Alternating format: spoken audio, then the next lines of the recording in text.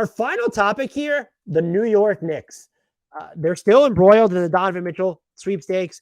Ian Begley recently reported in a video that Utah asked about a package. This was before he signed his contract, obviously, that included Mitchell Robinson, other players, and at least 3 picks. I don't know. We don't know what those picks were. We don't know what who the other players were. I'd be shocked if they were the wording of at least 3 picks. I'd be shocked if it was only 3 picks and then other players on top of Mitch. And if it was that, they were probably asking for every young player in IQ, RJ, Quentin Grimes, and Toppin. I don't know where I land on this. I had very spirited debate with people on Twitter. I'm firmly in the camp that you make this type of superstar trade when you already have another star in your employ. And the two best ways to get that star used to be the draft or free agency. It's no longer free agency. Players are signing, figuring out ways to get out later. The lucrative the way that extensions are set up, if they're not being moved, they're just signing the extensions.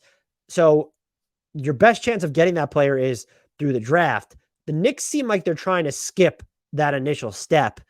And look, I love RJ Barrett. There's no one on the roster, including him, that profiles as Donovan Mitchell's equal right now. Maybe RJ Barrett turns into him, but I'm a big believer of you need to have that player first. And just because you sign Jalen Brunson and we're not going to be bad enough to be in typical cornerstone territory, I don't think that excuses, oh, we're going to give up the farm for Mitchell. And I don't even know what that looked like. There was a rumor floating around. I don't know if it was, I saw it aggregated by Tony Jones from The Athletic or from an aggregator site citing him. I think it was like reputable, but that the Jazz wanted 6 first-round picks in addition to Quentin Grimes, and Miles McBride was in there, and I think Toppin and Quickly were there too. That's too astronomical a price to pay. At the same time, if you're the Jazz, you look at all those players I just named, there's not a single cornerstone prospect in the bunch. I'd argue Quentin Grimes comes closest. So if you're not getting RJ Barrett, you have to play stock in the draft equity and then the volume of players that are coming back.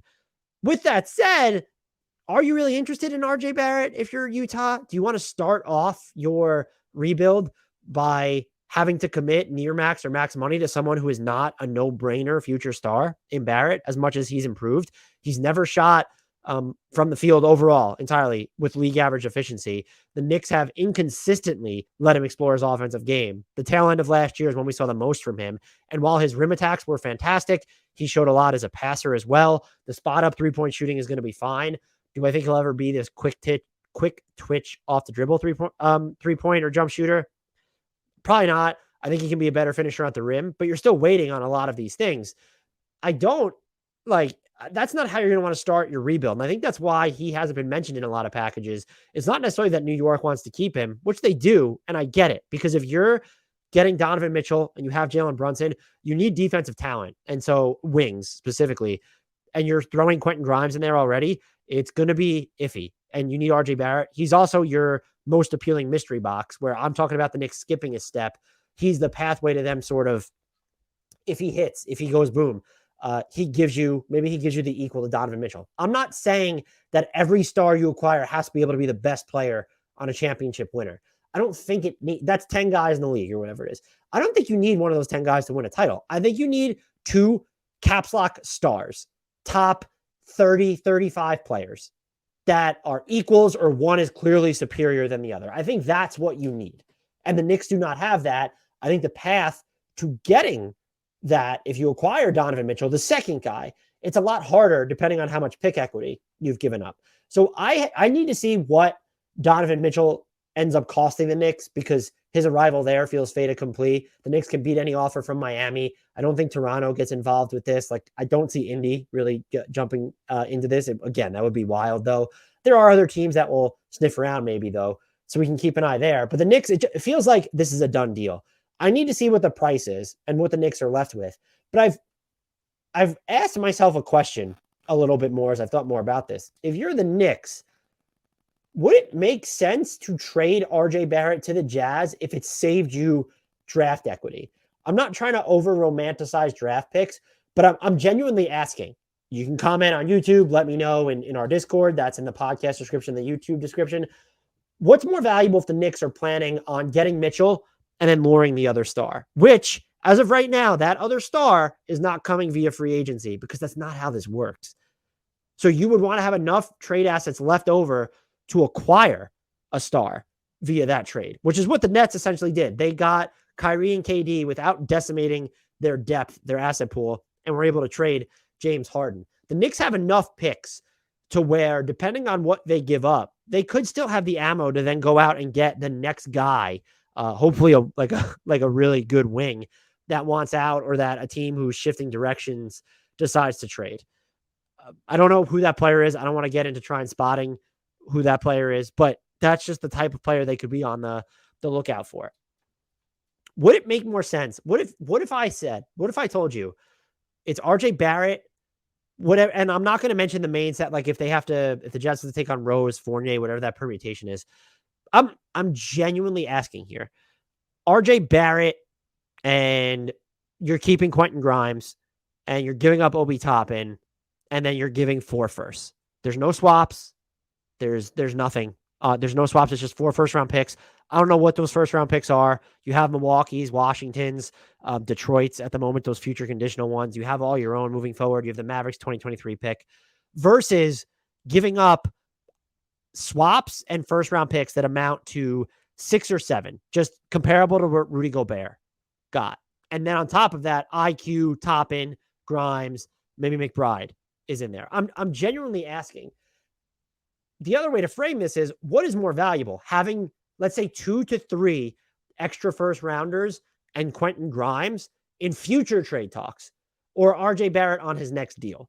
There's a case for RJ Barrett just because he will be the more expensive salary in those scenarios. It becomes easier to match money. You don't have to ask other teams to take on a Julius Randle or an Evan Fournier, depending on whoever you're left with, or Jalen Brunson. That'd be a fucking trip. I'm almost undecided, and I don't want to say I lean RJ.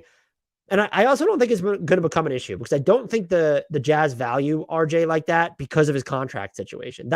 And knowing the direction in which the Jazz are headed. But it's an interesting thought exercise for the Knicks. If the Jazz were willing to cut down the draft equity that's coming back to them, I'm not opposed to moving RJ Barrett for Donovan Mitchell. Now, if I'm the Knicks, I'm not trading for Donovan Mitchell. I want to make that clear. This isn't Knicks for clicks. I'm not trying to troll them here. That's reasonable minds can disagree, and that's fine. If you think they already signed Brunson, they've started skipping their steps, you might as well optimize this window. Donovan Mitchell is a bona fide top 30 player. In certain seasons, he's a borderline All-NBA player. So I'm not saying he tops out as a top 30 player, but maybe he improves on defense. I'm not a big fan defensively of the Brunson Mitchell backcourt. You can still make it work. Robinson behind you, Barrett, you have another wing in there, like during the non-Julius Randle minutes. So again, I'm not necessarily advocating for anything, but if you're the Knicks, this is what I'm advocating for. This isn't the move. This isn't a move that I would personally make under the current circumstances. I would have actually retooled, rebuild, really plumb the depth of RJ Barrett's game, increase the stock of my draft pick this year, continue to try and get those bites at the apple rather than trading for a star first. I get that the organization doesn't think like that under Leon Rose and never has with really James Dolan in control at all. I don't think that excuses them not considering it. With that said, we have to deal with the reality of the situation. They have gone this direction. You have to view, to me, this Donovan Mitchell trade that feels like it's fait accompli, like I said. You have to view it as not the move, or at least not the last move. You need to have another accessible pathway to getting an equal or someone who's even superior to Donovan Mitchell if you want to realistically wedge open your title window. The two methods after getting Mitchell by which you can do that, or most realistic ones, would be RJ Barrett turns into that guy, or you trade for that guy. Could RJ Barrett turn into that guy? I honestly don't know. And I'm much higher on RJ Barrett than I was after his first season. I want to make that clear. I still think his defense is underrated and not talked about enough. And that's why if you're the Knicks trying to make the most of now, you want to keep him. With that said, it feels more likely that you would acquire Donovan Mitchell's equal or superior via trade. And in that case, I think while fan bases believe that national pundits over romanticize or they're masturbatory about future first round picks, I do think the mystique the anonymity, the mystery box element of those first round picks hold more value than knowing that RJ Barrett is on your roster and you're a limited draft well. So if you think that this is just a precursor to another trade, a star that wants to come to New York, and you have to trade for him, I would more heavily explore trying to move RJ Barrett to Utah to save equity, or is there a third and fourth team involved that's willing to send the Jazz assets that would save you your own draft equity? That is where I sort of landed. I don't think it's the route that the Knicks go, in large part because they don't want to, in larger part because I don't really think the Jazz have interest in RJ, and I don't want to advocate for it. But if you're really trying to be more methodical and deliberate about how you're step laddering your way to contention from this, Donovan Mitchell doesn't get you there by himself right now. And so it's important from the Knicks perspective that you set yourselves up to go and make that move when that player becomes available. Could the cap spike change the way free agency plays out? And so maybe it's just a matter of a star in free agency wants to come to the Knicks.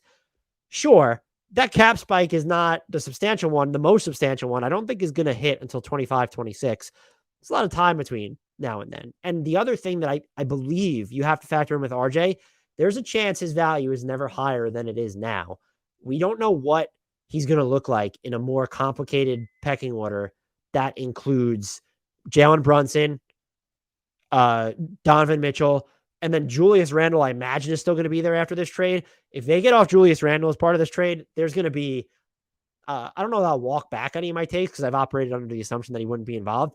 That changes the complexion of this too. But assuming he's not, there's a chance he gets a little bit lost in the shuffle again. And we saw that this past season when there was Kemba and there was Fournier and Julius Randle, of course.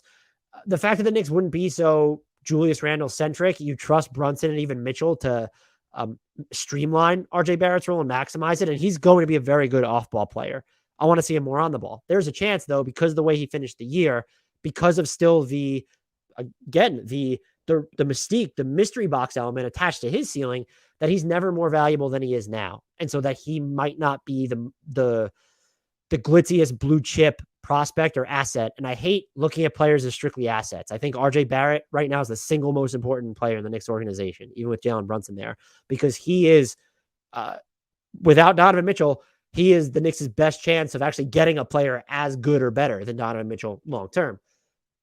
Thinking bigger picture, though, there's a chance that his trade value is peaking at this very moment, because I don't know that I trust a pecking order with Randle, Mitchell, Brunson to maximize RJ Barrett effectively enough on offense to where him on his next deal becomes a very integral part of you getting the next star. Maybe I'm wrong. Again, him on a higher salary actually has a lot of value since it makes money matching easier.